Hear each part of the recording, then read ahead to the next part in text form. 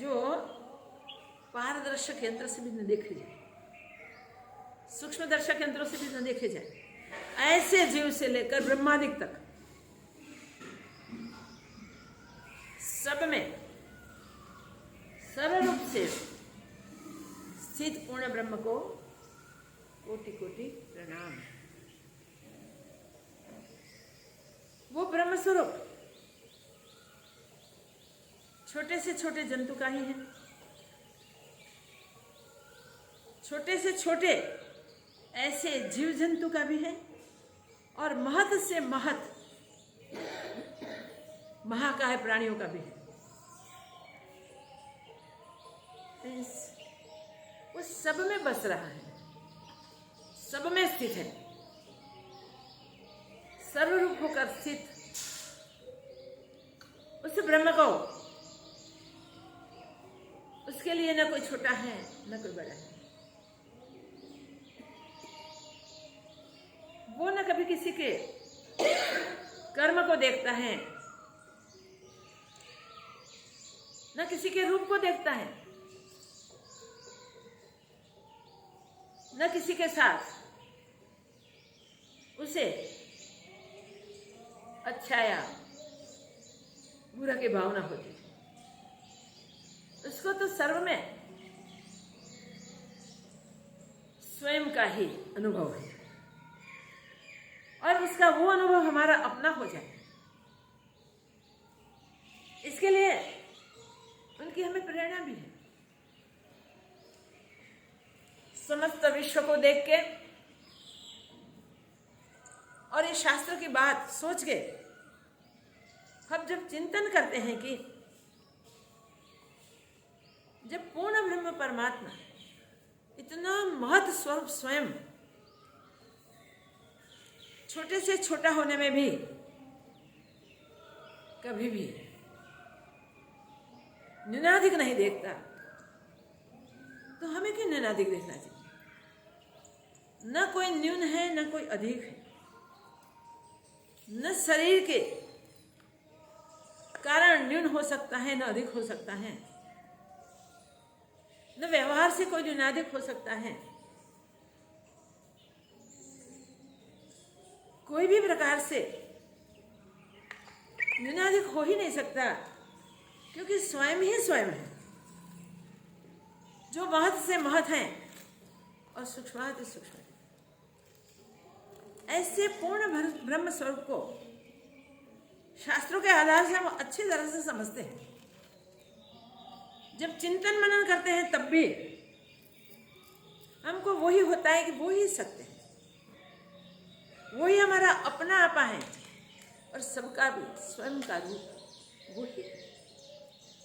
ये बात जानने के बाद भी हम कहाँ,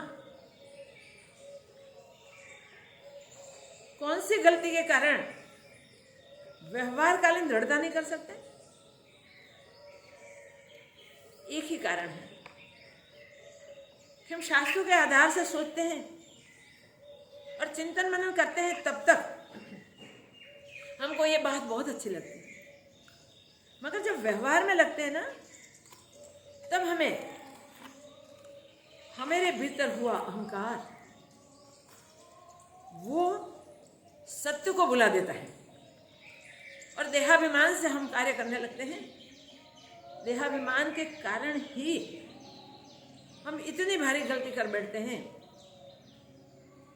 कि सर्वात्मा स्वरूप अपना भी होते हुए भी हम अपने आप को सर्वात्मा नहीं समझते।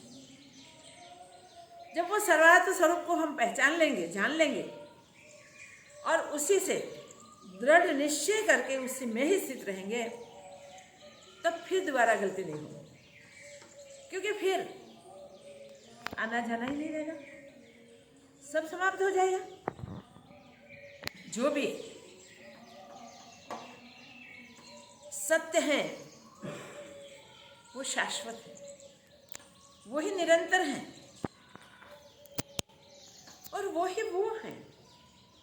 उस शाश्वत सत्य को एक बार दृढ़तापूर्ण रूप से पहचान लिया और विस्तृत दृष्टि हमारी ज्ञान में रह जाए, फिर प्रश्न नहीं, फिर गलती होने की संभावना नहीं, और वो शाश्वत स्वरूप को दृढ़तापूर्ण निश्चयात्मक बुद्धि से स्वीकार करने के बाद फिर उन दृष्टि में द्वैत नहीं है। मगर जब तक वो दृष्टि हमारी दृढ़ नहीं हो गई है, तब तक हमें उस पूर्ण ब्रह्म के शरण रहना है। पूर्ण ब्रह्म के वास्तविक स्वरूप को जानने के लिए, दृढ़ता बनाने के लिए हमें अभ्यास सतत करना है। अभ्यास सतत जारी रहता है, तब वो नहीं छूटता है। इसके लिए सबसे श्रेष्ठ उपाय है उसके शरण रहना। उसके शरण रहना मीन्स सबके शरण रहना, सबके साथ रहना, सबके साथ अपने आप को निहारना, सब में बसे हुए अपने निज स्वरूप को देखते रहना। भगवान की महानता देखो, उसका स्वभाव सिर्फ कृपा करने का है। वो कृपा ही करता रहता है। जो करता है वो जीवों पर की कृपा ही उसकी होती है।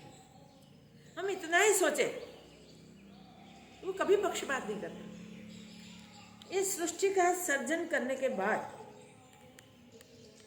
सृष्टि के तमाम जीवों को हमेशा सुख मिले, हमेशा शांति मिले, जीने में आनंद मिले और कोई असुविधा उसे न रहे, उसके लिए वो जो भी प्रदान करता है वो सर्वोत्तम प्रदान है। वो परमात्मा हमें अवकाश देता है। आकाश देखिए, अपने विस्तृत स्वरूप को पहचानने के लिए उसने आकाश दिया हमें। हम कितने विस्तृत हैं,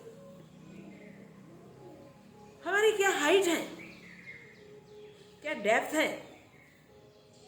जहां देखो वहां आकाश ही आकाश बना रखा।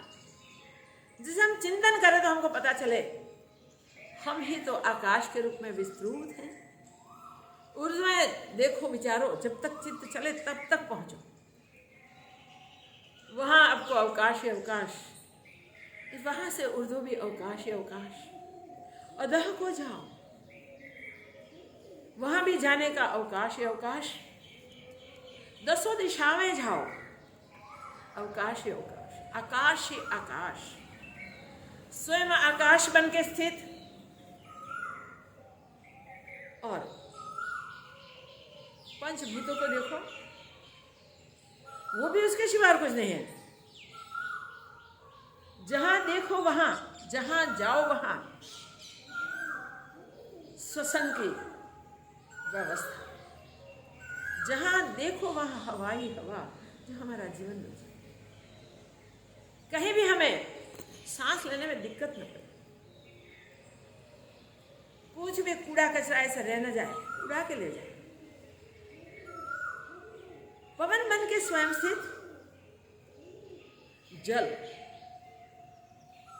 कोई जीवों के जीवन बिना जल संभवित नहीं है। तो सब जीवों को जल की आवश्यकता है, सर्व प्रकार से आवश्यकता है।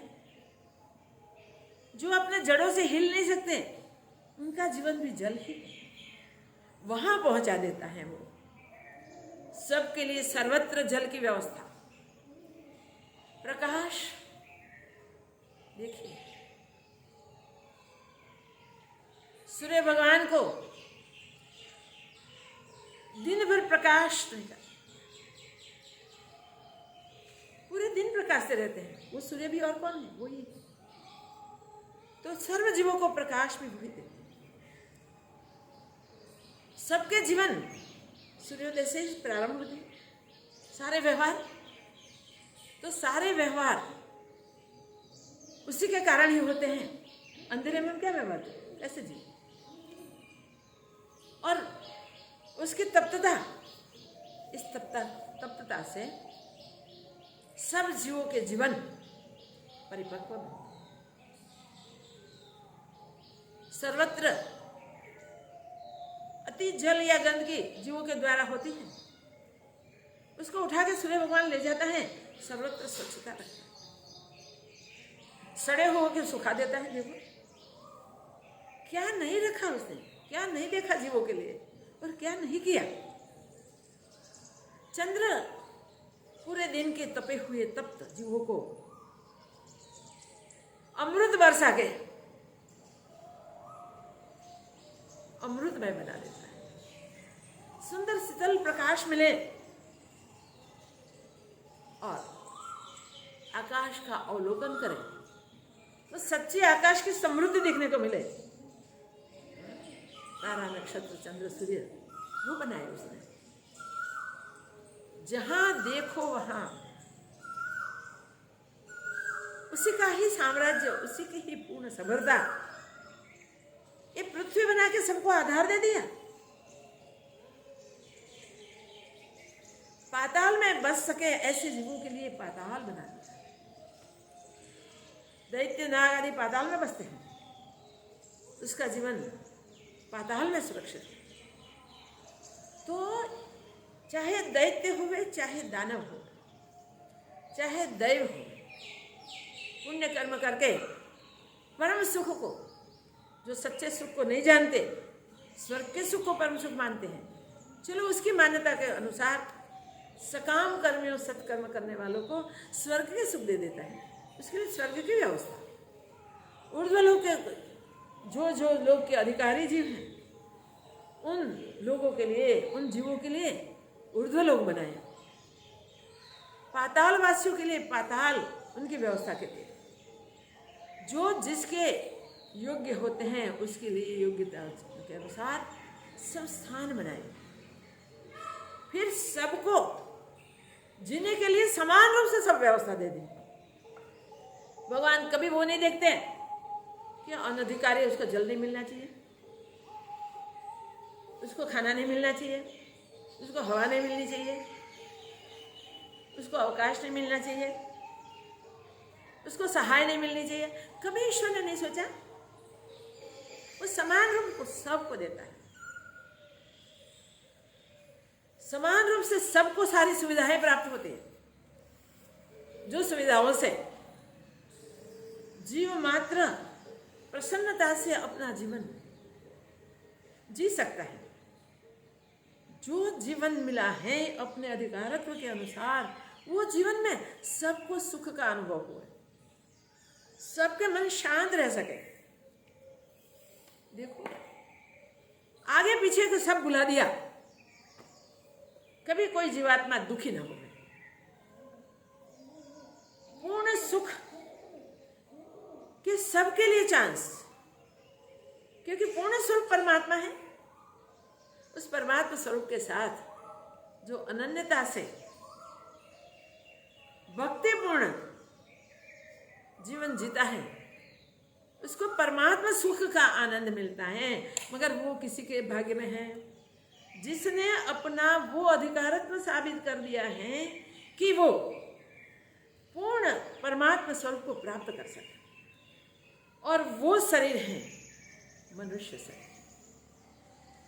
जिस जीवों को मनुष्य तन की प्राप्ति का अधिकारत्व मिल गया, उसको वो परम सुख पाने के लिए भगवान सारी सुविधा कर देते हैं। ये परम सुख प्राप्त करने के साधन हैं। परमात्मा स्वरूप को जान के उस स्वरूप को निज स्वरूप जानने की व्यवस्था करने के लिए वही परमात्मा ने संतों के रूप ले लिए। सत शास्त्रों में वो स्वयं रम गए। देखिए, जब अपना लीला संकलन का समय हुआ, तब भगवान श्री कृष्ण भागवत उपदेश कर भागवत में रम गए, भागवत बन गए। तो क्या नहीं बने प्रभु? हमारी दृष्टि विस्तृत करनी बहुत जरूरी है। पर मनुष्य ये कर सकता है और सब जीव नहीं कर सकता, इसलिए हम सावधान रहे। मनुष्य जन्म हमको कैसे मिला है उसके लिए सोचें, विचार करें। परमात्मा की अहेतु की कृपा करने की जो सहज स्वभाव वृत्ति है, उसी के कारण ही हमको मनुष्यत्व मिला है, मनुष्य तन मिला है। पाप शेष रह जाते हैं मगर पुण्य बढ़ते हैं, तब प्रभु दया करते हैं। परमात्मा का होता है कि ये जीवात्मा को अगर मनुष्य तन दिया जाए और उसमें वो अभ्यास कर लें तो इससे उसके इतने बाकी रहे पाप तो क्षीण हो जाएंगे, खत्म हो जाएंगे, और अभ्यास करके वो नर मिट के नारायण हो जाएगा। इसीलिए नर तन परमात्मा देते हैं, याद रखें। हम सबको नर्तन मिला है भाई। नर्तन मिलने के बाद हम अपने परमात्मा की ये अहेतुक कृपा के कारण मिलने वाला नर स्वरूप से नारायण स्वरूप वो गवा न दे, हम सावधान हो जाए। हम नारायण बन सकेंगे ऐसी भावना से ही भगवान ने हमें नर स्वरूप दिया है, मनुष्य तन दिया है। देखो माया बहुत बड़ बनती है, वो माया भी परमात्मा में ही है, परमात्मा से अभिन्न है, परमात्मा से भिन्न नहीं है। मगर हम माया के कार्यों को, माया के आकर्षणों के ओर बह जाते हैं, माया के कार्य को बस अपनी सफलता के लिए योग्य मान लेते हैं और उसमें फंस जाते हैं। तो नर तन मिलने के बाद भी हम नारायण नहीं बन सकते। मगर ये माया के कार्य मायातीत से बराबर नहीं कर सकते। माया से जो अतीत हैं वो परमात्मा से बराबरी नहीं कर सकते। ये तो उनके सामने क्षुल्लक होने चाहिए। हमें ये माया में नहीं फंसना है, हमें परमात्मा शरण होकर जो कृपा उसने की है हमको नर्तन देने की, जिस भावना से इस परमात्मा की दया के अनुरूप हो जाना है और भगवान की भावना पूर्ण करनी है, ऐसा दृढ़ निश्चय करके हर परिस्थिति में हम वो ही भाव बनाए रखें कि नर तन नारायण बनने के लिए मिला है, नारायण बन के ही रहेंगे। जब इस प्रकार पुरुषार्थ करके परमात्मा के शरण हो जाते हैं तब और उद्यम करने की आवश्यकता नहीं रहती है। मगर कई नर तन ऐसे हैं जिसमें आए हुए जीवात्मा वो ही सोचते हैं कि अरे परमात्मा ने इतनी तो कृपा कर दी है, नर तन दिया और नारायण स्वरूप की प्राप्ति के लिए जो योग्य मार्ग है वो दिखाने के लिए संत स्वरूप लिया है, वो दिखाने के लिए वो स्वयं सतशास्त्र बन गया है। तो हम संत शरण रह के सतशास्त्र का अभ्यास करके हम नारायण स्वरूप क्यों न बन जाए, हम अपना पुरुषार्थ क्यों न बढ़ाएं। इस प्रकार करके जो दृढ़ निश्चय करता है और स्वयं अभ्यास कर लेता है, स्वयं पुरुषार्थ कर लेता है, तो स्वयं के पुरुषार्थ से वो आत्मज्ञानी हो जाता है। इसका जीवन उसके लिए ही होता है। जिसकी ऐसी निष्ठा है, जिसको इस सत्य में दृढ़ता है, वो पुरुषार्थ में बल करते हैं, प्रतिपल प्रतिक्षण अपने सत्य की साधना में वो प्रवृत्त रहते हैं। जहां देखे वहां वो एक नारायण को ही देखते हैं, उसको दूसरा कुछ नहीं देखता। रूप कैसा हुए, चर्म दृष्टि का विषय कुछ भी होवे, सामने जो है वो चर्म दृष्टि का विषय पहले बनता है। तो चर्म दृष्टि से हम जंतु देखते हैं, पशु देखते हैं, पशु देखते हैं, तिर्यक योनि के जीवों को भी देख लेते हैं, ये मनुष्यादिक को भी देख लेते हैं।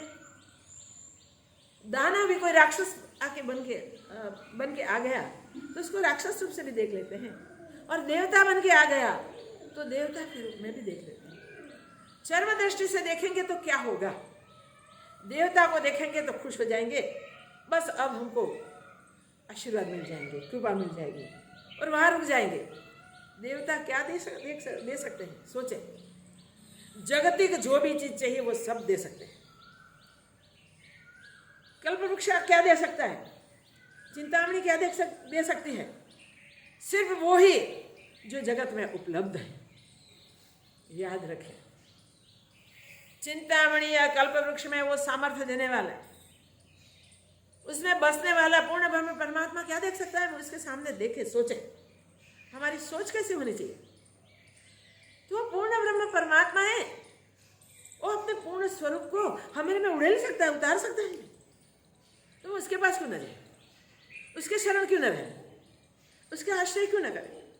जगत में जहां भी दृष्टि फैलाओ, अगर मदद के लिए हाथ फैलाओ, दृष्टि फैलाओ, देखो ऐसी मदद नहीं कोई कर पाएगा। अपनी सलामती देख के कुछ हो सके तो करेगा, नहीं तो कोई कुछ नहीं करेगा। द्रौपदी की लज्जा जा रही थी भरी सभा में, उसके अपने कहलावे वो कोई खड़े हुए रोकने के लिए? भीष्म पितामह जिसके पास उनका आश थी, वो कुछ करेंगे, वो भी नीचे देख गए। पांचों पांडव जिसके पति, वो क्या नहीं कर सकते थे?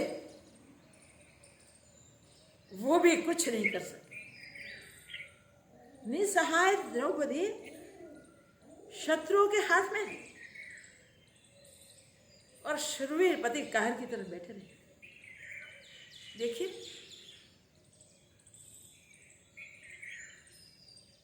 जहां तक सबके और आश करी, तहां तक प्रभु नहीं पधारे।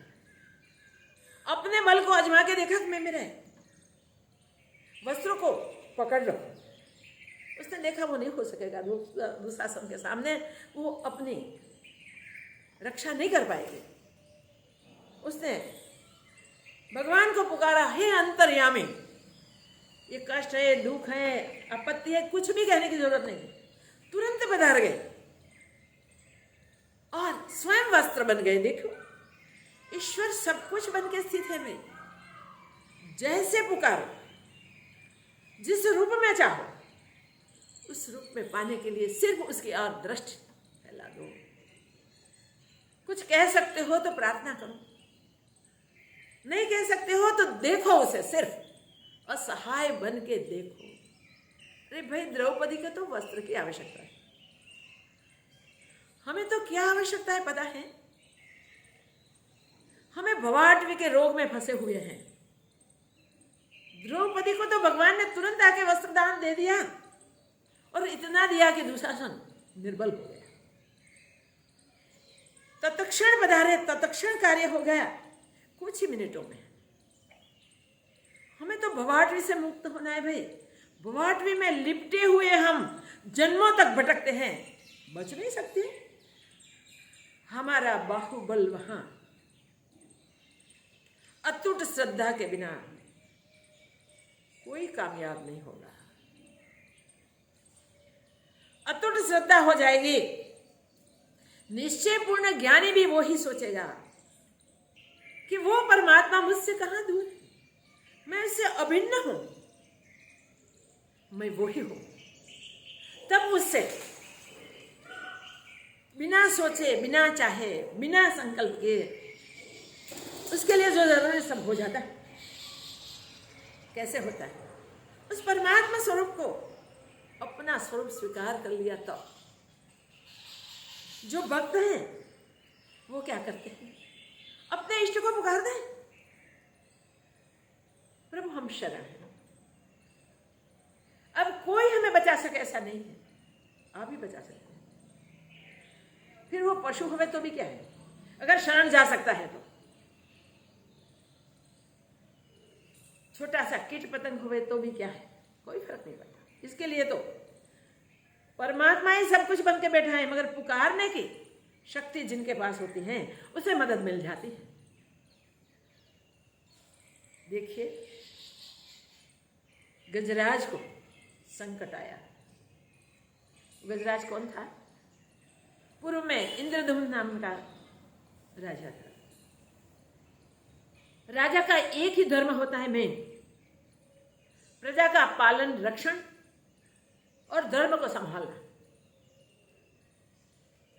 प्रजा के लिए धर्म रक्षा करनी है, प्रजा को कोई दुख ना होवे, कोई संकट ना आवे, कोई आपत्ति ना आवे, अगर आवे तो उसमें से प्रजा को उबारना है। वो राजा का मेन धर्म है। सबको अपना अपना धर्म संभालना चाहिए और अपना अपना धर्म संभाल के अपने व्यवहार को व्यवस्थित रखना चाहिए। फिर राजा का धर्म वही है। राजा इंद्रधुम्न बहुत कुशल राजा था, अपने धर्म को संभालता था, प्रजा का अच्छी तरह से पालन करता था। माता जैसे बालक का पालन करे वैसे। ऐसे करते करते कुछ समय व्यतीत हुआ, फिर इसको हुआ कि प्रजा सुखी है, संपन्न है, शांत है, मैं भी कुछ ध्यान भजन में लगूं। तो एकांत में जाके वो ध्यान भजन में बैठ गए। राजा का एक धर्म वो होता है कि उसके पास आने वाले साधु संत महात्मा का स्वागत करना, उसकी सेवा करना। उसी समय से वे अगस्त मुनि आ गए। जब वो ध्यान में बैठा था, जो मौन रख के परमात्मा के साथ वृत्तियां जोड़ रहा था, उसको बाह्य स्थिति का पता नहीं था। और अगस्त जी पधारे, कितने शक्तिशाली, सारे समुद्र को पान कर गए थे। उसने देखा, अरे राजा हो के राजधर्म चुक गया, भूल गया।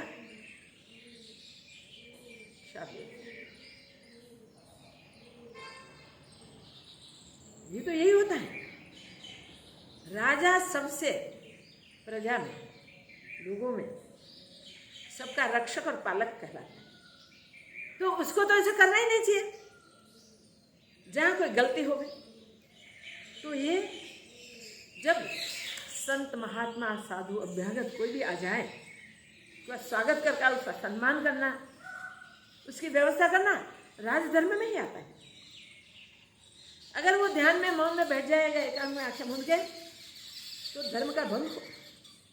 देखा अगस्त जी ने धर्म भंग किया, राजा को शाप दिया। इस शाप के कारण वो गजराज बना। वो गजराज बन के त्रिकुट पर्वत पर गया, वहां हुआ। तो क्षीर सागर मध्य त्रिकुट पर्वत, विशाल अद्भुत सौंदर्य वहां,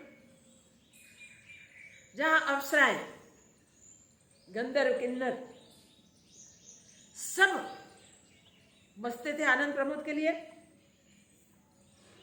उस त्रिकुट पे, उसके कोई शिखर पर देवांगनाएं आके विहार करती थी।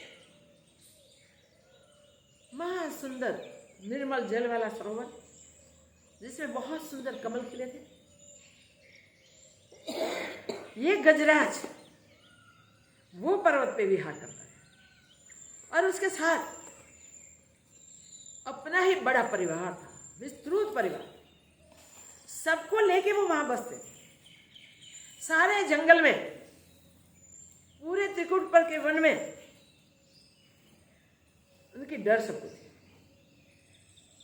उसकी डराहट सुन के सब डरते थे। वाघ, सर्पादिक हिंसक प्राणी सब उससे दूर रहते थे। और शियाल, हरणे, जो छोटे छोटे जीव थे, सब जंगल के वनवासी, वो सब सुरक्षित रहते थे, चैन से आनंद से रहते थे। और गज परिवार भी उनके साथ बड़े सुरक्षित था, सदैव उनके आगे पीछे ही रहता था। एक बार वही गजराज त्रिकुट के उन सरोवर में क्रीड़ा करने के लिए अपने समस्त परिवार को लेके गया। सैकड़ों की संख्या में वो गज परिवार था। सब जल क्रीड़ा करने लगे आनंद से। और ये गजराज अपने सूंड में जल भर भर के सब पे छिटक गए। बहुत समय क्रीड़ा की, बहुत आनंद किया, सब बहुत प्रसन्न प्रसन्न थे। इतने में क्या हुआ, ग्राह ने आके पैर पकड़ लिया। ऐसे आनंद प्रमोद कराने वाले करने वाले इस गजराज का ही, गज का राजा था, सब हाथियों का वो राजा था, उसका ही पैर पकड़ लिया। और बलवान ऐसा था जिससे हिंसक प्राणी भी डरते थे, घबराते थे। तो ऐसा बलशाली गजराज का पैर जब पकड़ा गया तब उसने उससे छुड़ाने के लिए अपना पूरा बल आजमा दिया। मगर देखिए, मगरमच्छ का, जलचर प्राणियों का बल जल में बढ़ता है, कम नहीं होता। और स्थलचर प्राणियों का बल स्थल पे, पृथ्वी पे बढ़ता है, जल में उनका बल नहीं चलता। गजराज का बल न चला, क्या करें? पूरे परिवारजन सबको हुआ कि अरे क्या हो गया, ये हमारे जो सबसे श्रेष्ठ गजराज वो नहीं होंगे तो हमारा सबका होगा क्या? वो सब लगे, सबने अपना बल आजमाया, मगर सब निरर्थक साबित हुए। कई बार गजग्राह का ऐसा युद्ध चला कि कई बार गज ने उस ग्राह को पकड़ के बाहर खींच लिया, फिर भी वो ग्राह छोड़ता नहीं, पकड़ के जल में खींच के जाता था। कई बार ग्राह खींच जाता था, कई बार गज खींच जाता था। अब युद्ध के कारण गजराज थके थे, पानी में डूब रहे थे। जब उसने देखा कि अब मैं कुछ नहीं कर पाऊंगा, अब तो मृत्यु ही निकट है, शरीर डूबा जा रहा था, इतने में पूर्व जन्म की कोई कमाई प्रत्यक्ष हो गई, प्रभु की स्मृति आ गई। उसने से एक कमल सूंड शुरू खाया, जैसे अपने सूंड से जल उठा उठा के परिवारजनों की ओर फेंकता था, सबको आनंद करवाता, ऐसे एकाग्र होके पूर्व के किया हुआ थोड़ा भी कर्म राज धर्म बुला था, मगर प्रभु के लिए उसने एकाग्र कर किया। यहाँ उसका ध्यान परमात्मा से जुड़ गया और पुष्प लेके, कमल पुष्प परमात्मा को और चढ़ाने की भावना की, बस अंतर की पुकार। भगवान तुरंत गरुड़ में सवार हुए, और गरुड़ का वेग तो हम सब जानते हैं कितना, मन की गति से ज्यादा गरुड़ का वेग। भगवान को वो दिखाई देता था गजब, उसकी थोड़ी सी सूंड बाकी है, बाकी तो पूरा जल में चला गया है। वो वेग भगवान को कम लगा गरुड़ का, वहां से कूद पड़े, उछल पड़े, और उछल के चक्र को फेंका, ग्राह के मुख को काट दिया। ग्राह को भी अपना पार्षद बना दिया, ग्राह को भी परम सुख दिया, और गज तो भगवान का भक्त था, परम भक्त था। देखिए, गज और ग्राह जैसे प्राणी भी भगवत कृपा प्राप्त कर सकते हैं, उनकी भी श्रेष्ठ गति हो सकती है। तो हम पुकारे प्रभु को और हम रह जाए, ऐसा बने? ऐसा हो सके? नहीं हो सकता है, मगर हम ऐसे पुकार नहीं सकते जैसे गज ने पुकारे। क्या बड़ी बात है! ये गजेंद्र इंद्र समान बलवान, इंद्र समान शक्तिशाली, इंद्र समान मदमस्त में रहने वाला, देखो सुख वैभव में फंसा हुआ भी पूर्व संस्कार जब जागृत हुए हैं तब भगवान से जुड़ गया, तो तत्क्षण भगवान की कृपा हो गई। तो तत्क्षण आके भगवान ने उस गज को भी उठा लिया, अपने साथ गरुड़ पे बिठा के ले गए, उस ग्रह को भी उत्तम गति दे दी। तो गज और ग्रह का ये युद्ध, और उस गज ने की हुई प्रार्थना, भगवान को की हुई पुकार, कोई भी मनुष्य अगर वो प्रार्थना करता है तो उसको काल ग्रह मार नहीं सकता है, याद रखना। तो ये गजेंद्र की प्रार्थना हमें नित्य प्रति करनी चाहिए, सोते समय। अपनी भाषा में, ऐसा जरूरी नहीं कि स्तुति के रूप में आपको श्लोक ही याद होने चाहिए ऐसे, मगर हम नित्य प्रति परमात्मा को प्रार्थना करें सोते समय, प्रभु हम आपकी शरण, बवाटवी में, भव रोग के बंधन में है, सिर्फ ऐसे फंसे हैं, हमारे बल से हम नहीं निकल पाएंगे, प्रभु हमें उबारना, हमें संभालना। बस इतना कहने मात्र से ही हमारे चित्तवृत्तियां हमेशा भगवद आकार बनती रहती हैं। हमारी चित्तवृत्ति कभी विषयाकार नहीं रहती, हमारी चित्तवृत्ति निरंतर परमात्मा के साथ जुड़ जाती है, और परमात्मा के कोई भी स्वरूप के साथ। ऐसा नहीं कि यही स्वरूप हमें याद रहना चाहिए, उसी स्वरूप से ही हम पुकारे प्रार्थना करें ना। सारे स्वरूप परमात्मा के हैं। जो भी स्वरूप के साथ आपकी श्रद्धा है, उस स्वरूप के साथ जुड़ के प्रार्थना कीजिए। एक छोटा सा और भी एक दृष्टांत ऐसा ही दे दूँ, परमात्मा कैसे कृपा करते हैं शरणागत पर। शरण जाता है उसको भगवान क्या देते हैं? शरण जाते हैं उसको भगवान वो देते हैं कि उसको कुछ प्राप्त करने का बाकी न रहे। इस लोक को भी सुधार देते हैं और परलोक को भी सुधार देते हैं। सब कुछ परमात्मा दे देते हैं अगर हम परमात्मा के हो जाते हैं, परमात्मा के शरण जाके गिर जाते हैं। काशी में एक ब्राह्मण दंपति था। ब्राह्मण दंपति, सबको पता चले कि वो भजन ही करे, उसको भजन करना ही पसंद। रात दिन पति पत्नी गणेश भगवान का स्तवन प्रार्थना आदि करते रहते थे। कार्य वही था भिक्षा मांगने का। तो सुबह के सारा नित्यक्रम पूरा होने के बाद गुरुदेव भिक्षा मांगने के लिए नगर में जाते थे। दिन में एक बार जो मिले उससे अपना निर्वाह चलाते थे। 2 टाइम का पूरा खाना भी नहीं मिलता था तो वस्त्राधिक की क्या करूं? कैसे मिले वस्त्राधिक? तो ये बुधेव के पत्नी वल्कल धारण करते, कोई बात नहीं, कैसे भी हमें प्रभु की भक्ति करनी है, प्रभु के शरण ही रहना है, और प्रभु जानते हैं हम उनके हैं।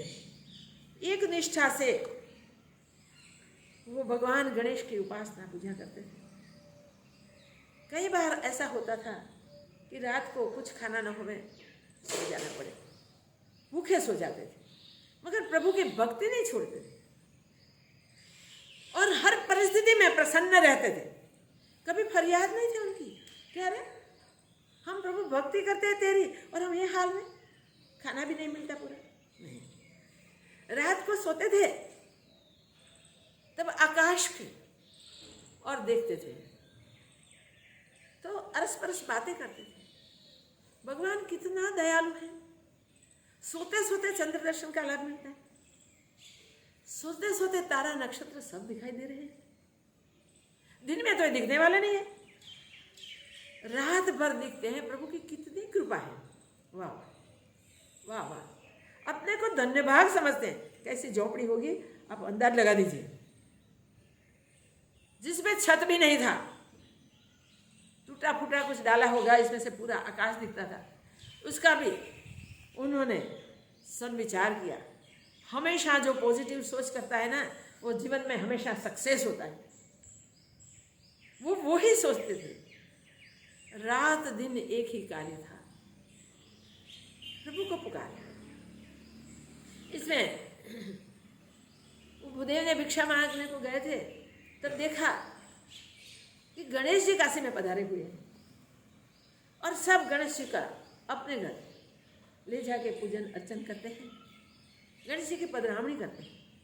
उसने आके घर अपनी पत्नी को बात की कि देवी, गणेश जी काशी में पधारे हुए हैं, सब गणेश जी को अपने घर ले जाते हैं, बड़े धाम धूम से पूजन अर्चन करते हैं, वो प्रभु को भोग लगाते हैं।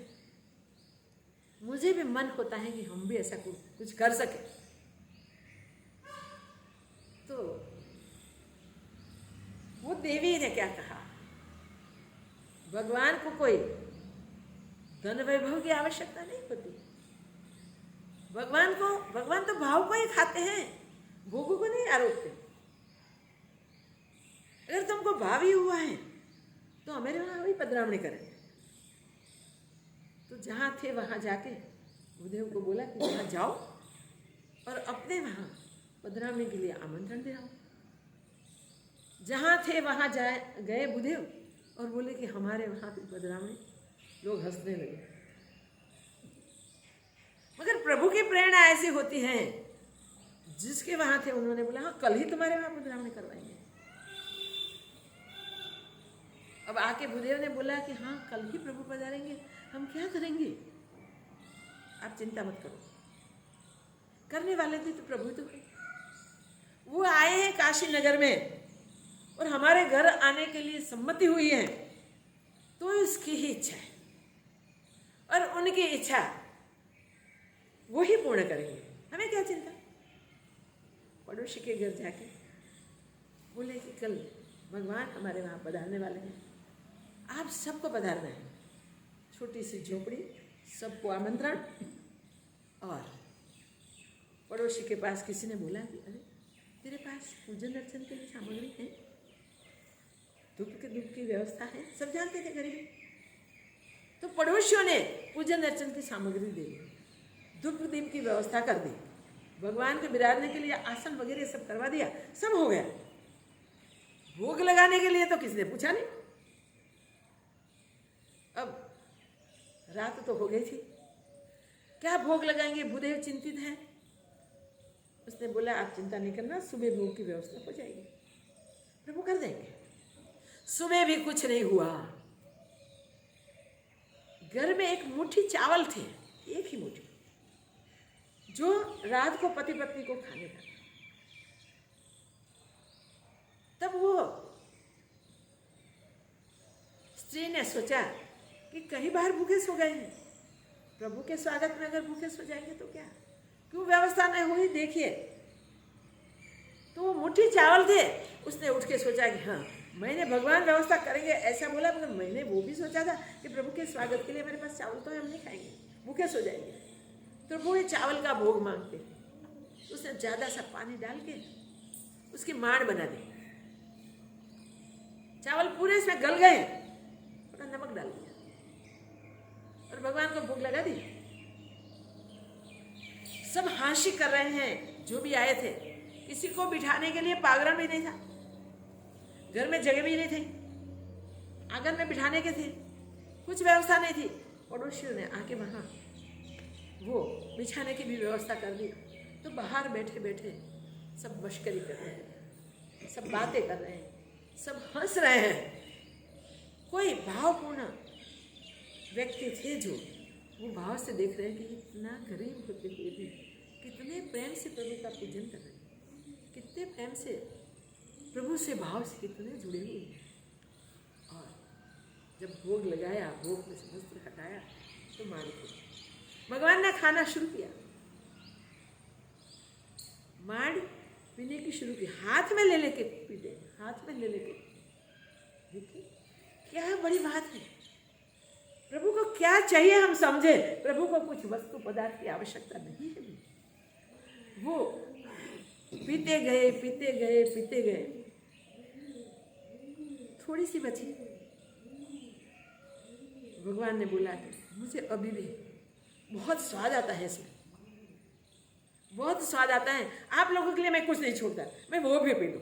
पात्र उठा के थोड़ी सी माड़ बची थी वो भी पी ली। सबको हुआ ये क्या, मांड पी के भगवान अदृश्य हो गए।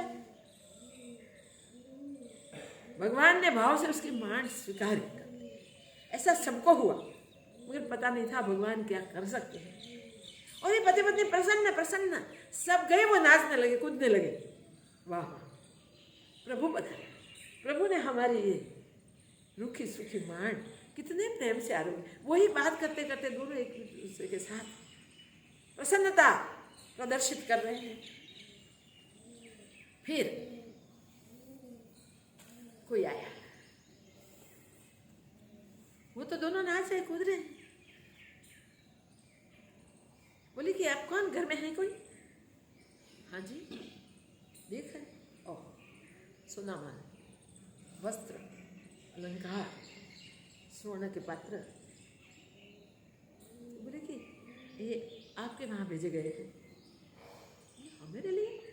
हाँ, आपके लिए। नहीं नहीं, आप कुछ भूल गए होंगे, किसी का घर आपके पास और एड्रेस होगा, देखिए। तो उन्होंने बोला नहीं, मेरे पास और कोई एड्रेस नहीं है, आपका ही एड्रेस है। आपकी देखिए, हमने भगवान में छवि बना के दी हुई है, आप ही हो। कोई पहचान न सके, कोई ऐसा कहे वैसा कहे, भगवान ये भी कर सकते हैं कि पहचान भी परफेक्ट होनी चाहिए, आपके लिए ही है। थोड़ी देर में बड़ा महल स्वर्ण का बन गया। नौकर चाकर दास दासियां सब आके स्थित हो गए, सब सेवा करने लगे दोनों की। अरे बोले नहीं, हम तो प्रभु के सेवक हैं, हम सेवकों के सेवक की आवश्यकता। भगवान के पास गदगद होकर रोने लगी, प्रभु ये हमें कुछ नहीं चाहिए, ये हमें कुछ नहीं चाहिए, हमें अब आपका अनुग्रह ही चाहिए, आपकी कृपा ही चाहिए। अगर आप प्रसन्न हैं तो हम पर अंतकाल तक प्रसन्नता ही बनाए रखें, और कुछ हमें नहीं चाहिए। देखिए, मांगना तो क्या मांगना, ऐसे ब्राह्मण दंपत्ति जैसा भगवान अपने हाथों से सब भेज रहे हैं। उनके भाव के भक्ति का भगवान कहते हैं, तुम्हारा भाव तुम्हारा भक्ति का मैं क्या पुरस्कार कर सकता हूँ। ये कुछ नहीं, तुच्छ चीजें हैं, ले लो, रखो, जीवन भर आनंद प्रमोद करो, आपको ये भोग स्पर्श नहीं करेंगे, फिर भी आपको रहना है इनके बीच, रहो, और अंत काल में आप मेरे पास ही पहुँचोगे। तो भगवान की ऐसी कृपा शरणागत के लिए होती है। हम ऐसे शरणागत हो सकते हैं, हमें इतना अटूट विश्वास परमात्मा पे हो सकता है। अगर हम वो कर सकते हैं तो हमें क्या प्राप्त हो सकता है। हीरे जवाहरात कंकर पत्थर जैसे लगेंगे, स्वर्ण के पहाड़ भी मिल जाएं तो मिट्टी जैसे दिखेंगे। कितना भी वैभव सामने आ जाए तो भी दृष्टि भी नहीं जाएगी, भोग वैभव में हम नहीं फंसेंगे। ऐसे शरणागत के लिए भगवान स्वयं आ जाते हैं, और जब पूजा सुबह शाम होती है तब प्रत्यक्ष भगवान आके उनकी सेवा का स्वीकार करते हैं। ये शरणागत का बेनिफिट, शरणागत को ये लाभ मिलता है। हम ऐसे शरणागत बनने का अभ्यास करें और फिर देखें। शरणागत के पास शुरुआत में कुछ भी नहीं होता, कभी कभी भगवान सब कुछ छीन लेते हैं, मगर शरणागत भगवान का शरण नहीं छोड़ता है तो भगवान उनके बन जाते हैं।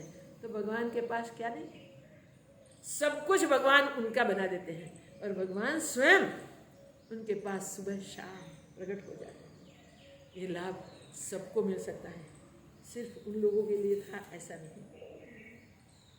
तो हम गज की तरह पुकारें या इस ब्राह्मण दंपति की तरह इस प्रकार ही शरण को जाना। शरण होना कोई भी प्रकार है, प्रभु को आर्तनाद से पुकारना, प्रभु से अनन्यता से जुड़ जाना, उनके शरण ही है हम, ऐसा दृढ़ निश्चय करना। इस निश्चय करने मात्र से परमात्मा की अहेतुकी कृपा हम पर बरस जाती है, और अहेतुकी कृपा के हम अधिकारी बन जाते हैं। हम भगवान अहेतुकी कृपा करें इसके लिए करें शरण हो जाए, ऐसा सोचना नहीं है। हमारे लिए जो योग्य होगा, जो हमारे लिए करने जैसा प्रभु को लगेगा, वो श्रेष्ठ से श्रेष्ठ प्रभु हमारे लिए कर देते हैं। प्रभु कभी किसी का नहीं रखते, ब्याज के साथ गांठ बांध के प्रभु दे देते हैं। तो हम कुछ पाने की इच्छा नहीं करेंगे, क्योंकि हमारी मर्यादा हो जाएगी, हमको मांगना आता ही नहीं है। भगवान को जैसा देना आता है वैसा मांगना हम नहीं जानते, इसलिए कुछ नहीं मांगना, सिर्फ इतना ही, प्रभु आपको जो योग्य लगे, जैसे योग लगे, जिस प्रकार ठीक लगे, वैसे हमें आपके शरण में हमेशा हमेशा के लिए रख लेना। बस यही प्रार्थना करें और हम जीवन को धन्य करें, सफलता दें। प्रभु इतने दयालु हैं, वो सत्य बात हम याद रखें, और जो भी ये सत्य याद रखेंगे, गजेंद्र की तरह अंतर से पुकारेंगे या ब्राह्मण दंपति की तरह आश्रित हो जाएंगे, वो सबको यही परमात्मा की अहैतिक कृपा प्राप्त हो जाएगी। इससे सबका जो करने वाले हैं उनका मंगल हो जाएगा, उनका कल्याण हो जाएगा। जय हो। ओम पूर्णमदः पूर्णमिदं पूर्णात् पूर्णमुदच्यते पूर्णस्य पूर्णमादाय पूर्णमेवावशिष्यते।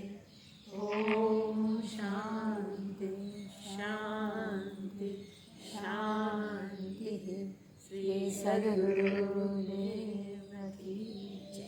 ओम त्र्यंबकं यजामहे सुगंधिं पुष्टिवर्धनम् उर्वारुकमिव बन्धनान् मृत्युर्मुक्षीयमामृतात्। ओम त्र्यंबकं यजामहे सुगंधिं पुष्टिवर्धनम् उर्वारुकमिव बन्धनान् मृत्युर्मुक्षीयमामृतात्। ओम त्र्यंबकं यजामहे सुगंधिं पुष्टिवर्धनम् उर्वारुकमिव बन्धनान् मृत्युर्मुक्षीयमामृतात्। ओम त्र्यंबकं यजामहे सुगंधिं पुष्टिवर्धनम् उर्वारुकमिव बन्धनान् मृत्युर्मुक्षीयमामृतात्। ओम त्र्यंबकं यजामहे सुगंधिं पुष्टिवर्धनम् उर्वारुकमिव बन्धनान् मृत्युर्मुक्षीयमामृतात्। ओम त्र्यंबकं यजामहे सुगंधिं पुष्टिवर्धनम् उर्वारुकमिव बन्धनान् मृत्युर्मुक्षीयमामृतात्। ओम त्र्यंबकं यजामहे सुगंधिं पुष्टिवर्धनम् उर्वारुकमिव बन्धनान् मृत्युर्मुक्षीयमामृतात्। ओम त्र्यंबकं यजामहे सुगंधिं पुष्टिवर्धनम् उर्वारुकमिव बन्धनान् मृत्युर्मुक्षीयमामृतात्। ओम त्र्यंबकं यजामहे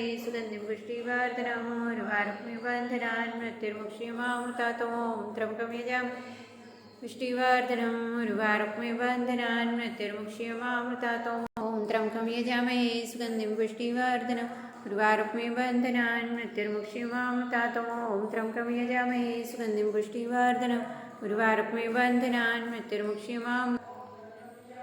सुगंधिं पुष्टिवर्धनम् उर्वारुकमिव बन्धनान् मृत्युर्मुक्षीयमामृतात्। ओम त्र्यंबकं यजामहे सुगंधिं पुष्टिवर्धनम् उर्वारुकमिव बन्धनान् मृत्युर्मुक्षीयमामृतात्। ओम त्र्यंबकं यजामहे सुगंधिं पुष्टिवर्धनम् उर्वारुकमिव बन्धनान् मृत्युर्मुक्षीयमामृतात्। ओम त्र्यंबकं यजामहे सुगंधिं पुष्टिवर्धनम् उर्वारुकमिव बन्धनान् मृत्युर्मुक्षीयमामृतात्। ओम त्र्यंबकं यजामहे सुगंधिं पुष्टिवर्धनम् उर्वारुकमिव बन्धनान् मृत्युर्मुक्षीयमामृतात्। त्र्यंबकं यजामहे सुगंधिं पुष्टिवर्धनम् उर्वारुकमिव बन्धनान् मृत्युर्मुक्षीयमामृतात्। त्र्यंबकं यजामहे सुगंधिं पुष्टिवर्धनम् उर्वारुकमिव बन्धनान् मृत्युर्मुक्षीयमामृतात्। त्र्यंबकं यजामहे सुगंधिं पुष्टिवर्धनम् उर्वारुकमिव बन्धनान् मृत्युर्मुक्षीयमामृतात्। त्र्यंबकं यजामहे सुगंधिं पुष्टिवर्धनम् उर्वारुकमिव बन्धनान् मृत्युर्मुक्षीयमामृतात्। त्र्यंबकं यजामहे सुगंधिं पुष्टिवर्धनम् उर्वारुकमिव बन्धनान् मृत्युर्मुक्षीयमामृतात्। ओम त्र्यंबकं यजामहे सुगंधिं पुष्टिवर्धनम् उर्वारुकमिव बन्धनान् मृत्युर्मुक्षीयमामृतात्। ओम त्र्यंबकं यजामहे सुगंधिं पुष्टिवर्धनम् उर्वारुकमिव बन्धनान् मृत्युर्मुक्षीयमामृतात्। ओम त्र्यंबकं यजामहे सुगंधिं पुष्टिवर्धनम् उर्वारुकमिव बन्धनान् मृत्युर्मुक्षीयमामृतात्। ओम त्र्यंबकं यजामहे सुगंधिं पुष्टिवर्धनम् उर्वारुकमिव बन्धनान् मृत्युर्मुक्षीयमामृतात्। ओम त्र्यंबकं यजामहे सुगंधिं पुष्टिवर्धनम् उर्वारुकमिव बन्धनान् मृत्युर्मुक्षीयमामृतात्। जय गिरनारी महाराज की जय। श्री सद्गुरुदेव